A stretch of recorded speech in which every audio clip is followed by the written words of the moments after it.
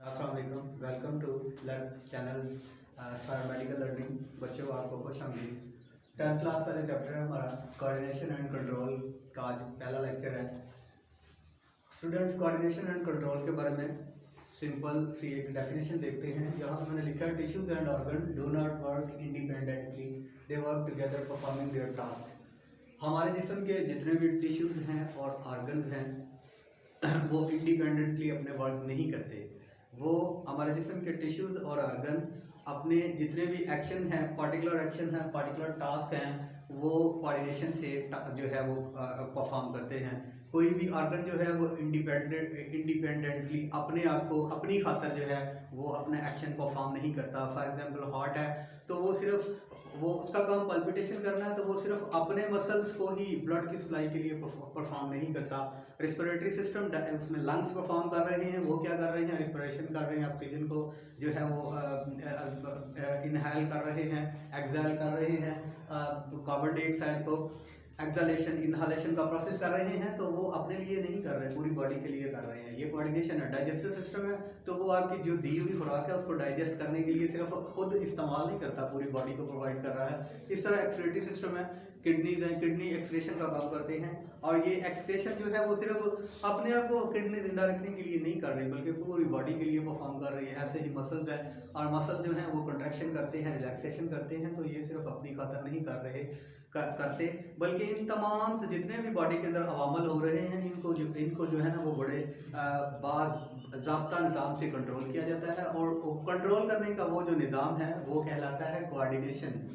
Coordinations जो है इसकी आगे हम फर्दर दो टाइप्स पढ़ेंगे कि कौन कौन सी कोऑर्डिनेशंस है जो कि पूरी बॉडी के जितने भी सिस्टम्स हैं, ऑर्गन्स हैं, उनके दरमियान जो है वो रब्त का काम करते हैं, उनको कंट्रोल करते हैं। वो दो टाइप्स पढ़ेंगे। सबसे पहले उसकी एक एग्जांपल देता हूँ आपको कि एक एथलीट है, वो फुटबॉल खेल रहा है, वो क्रिकेट खेल रहा है, ठीक है। अब उसको क्रिकेट खेलने के दौरान जो उसकी बॉडी की परफॉर्मेंस है वो मैं आपको बता देता हूँ।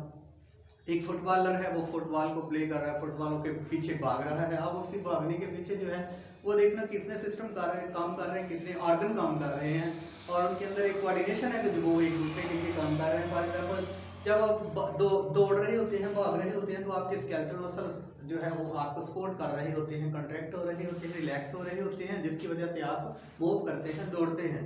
इसके साथ ही आपका हार्ट रेट जुड़ा हुआ है। जब भी इसकी आपकी स्पीड बढ़ती जा रही है, आप दौड़ते जा रहे हैं, आपके हार्ट रेट भी बढ़ता जा रहा है, आपके हार्ट की स्पीड भी बढ़ती जा रही है। क्यों?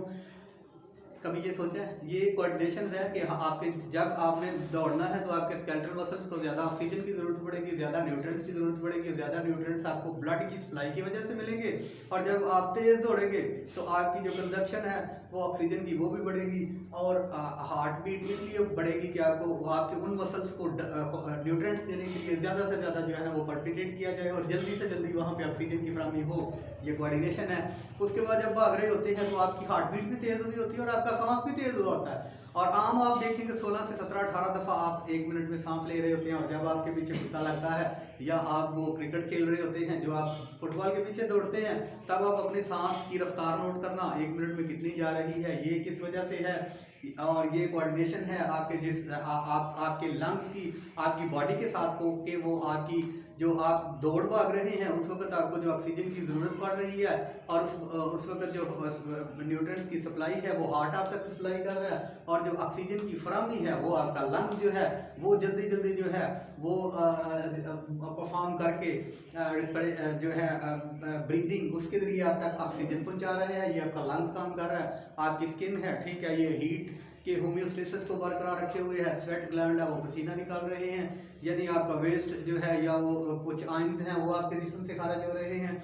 तो ये बच्चों जितना भी एक्शन होता है हमारी बॉडी के अंदर, इसके लिए एक बाज़ाब्ता जो है ये एक मैकेनिज्म है, ये एक मजबूत कोऑर्डिनेशन सिस्टम है जिसके ज़रिए से जिस्म की तमाम जो एक्टिविटीज़ परफॉर्म हो रही हैं उनको कंट्रोल किया जाता है। सप्लाई और डिमांड को जो है वो पूरी तरह कंट्रोल किया जाता है। और इसमें कोऑर्डिनेशन में मैं आपको बता दूं कि कोऑर्डिनेशन दो तरह की है जिस्म के अंदर। एक तो है नर्व्स कोऑर्डिनेशन, जिसमें नर्व्स इन्वॉल्व हैं, उसमें ब्रेन इन्वॉल्व है, स्पाइनल कॉर्ड इन्वॉल्व है, और उससे निकलने वाली नर्व्स जो हैं वो इन्वॉल्व हैं। वो अपने मैसेजेस जो हैं वो रिसीव भी करते हैं थ्रू नर्व्स, जो इफेक्टर ऑर्गन्स तक अपने पैगामात भेजते हैं वो भी नर्व्स के जरिए भेजते हैं।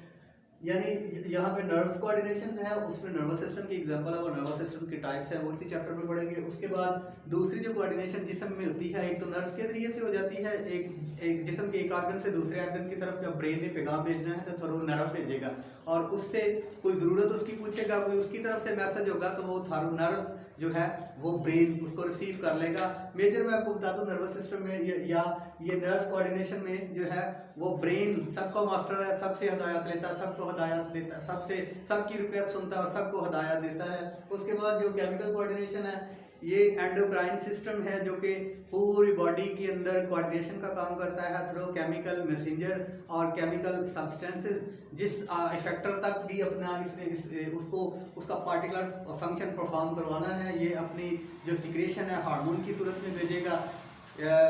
और उसके अलावा जो है एंडोक्राइन सिस्टम जो है इसकी डिटेल जो है इसी चैप्टर में हम एंडोक्राइन सिस्टम की पढ़ लेंगे। तो आज का जो लेक्चर था वो सिंपल इतना ही था कि कोऑर्डिनेशन एंड कंट्रोल की डेफिनेशन और उसके बाद इसकी टाइप्स, और मैंने एग्जांपल दे दी कि किस तरह जिस्म जो है ये कोऑर्डिनेशन का प्रोसेस करता है। आगे इंशाल्लाह अगले लेक्चर में कोऑर्डिनेटेड के बारे में पढ़ेंगे और वो प्रोसेस के बारे में पढ़ेंगे जिनसे जो कोऑर्डिनेशन का प्रोसेस है, ये नर्व्स कोऑर्डिनेशन के बारे में पढ़ेंगे। नर्वस सिस्टम में जो 5 नर्व्स कोऑर्डिनेटर है वो अपना काम कैसे सर अंजाम देते हैं। बहुत शुक्रिया। अस्सलाम वालेकुम।